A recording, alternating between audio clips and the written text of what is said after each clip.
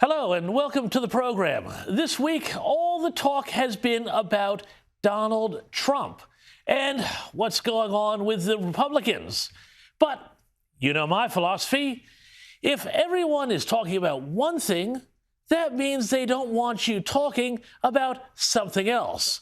Like, for example, whether or not Joe Biden is really going to run again, or whether his VP Kamala Harris might step up and into the job. I'm not kidding.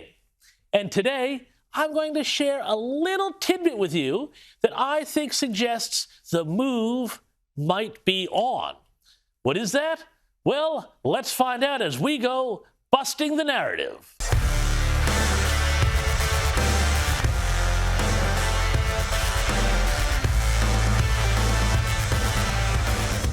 Right. Kamala Harris. Best known for, well, her meteoric political rise in California, about which the less said the better, and, of course, her ridiculous catchphrases. I can imagine what can be and be unburdened by what has been, you know? What can be unburdened by what has been. What can be unburdened by what has been. What can be unburdened by what has been. And her mangling of facts. So the United States shares a very important relationship, which is an alliance with the Republic of North Korea.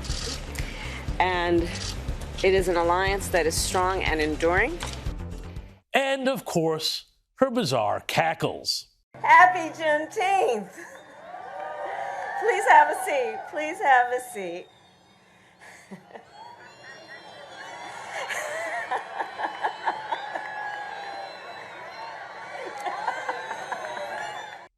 Well, the mainstream media is keen for you to think this is all okay. Just maybe, I think, because they want you to think she might not be such a bad option to replace Joe Biden, who is, well... All the pretty girls walk like this, this, this, this, this. Pretty girls walk like this, this, this, this. All the pretty girls walk like big boss fit. Pull up in the vet, flood out my wrist with some ice around my neck. Have a look at this big feature story the New York Times did last week on the vice president, and try not to laugh. Entitled, "Why are the language police obsessed with vice presidents?" The New York Times went on to suggest that Kamala Harris's bizarre word salads were just a figment of all of our imaginations. Yes, that's right. The authors stated, quote, you're going to love this, "A vice president makes countless public appearances that will be mostly ignored unless something humiliating happens. Something that serves to make him or her look like the hapless lightweight who symbolizes an entire administration's ineptitude," unquote.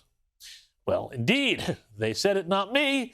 Now, of course, this is hilariously hypocritical. Anyone old enough to remember the way Dan Quayle, George Bush's vice president, was utterly lambasted and destroyed by the press for misspelling the word potato, knows what's up. Then there was this, a very insidery account of Democrat thinking on Kamala Harris, defending her and saying that really she needs to get out there, yes, even more.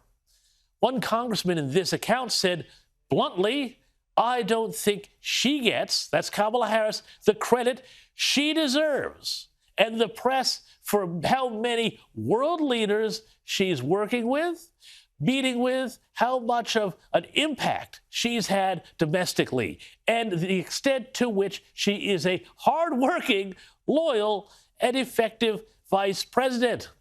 Well, yes, I'm sure there's a lot of people down on the southern border who would love to see a bit more of that success from the border czar, but I digress. Now, I've said for a while, I don't think Joe Biden ultimately will wind up being the guy who's on the ticket for the Democrats in the next election.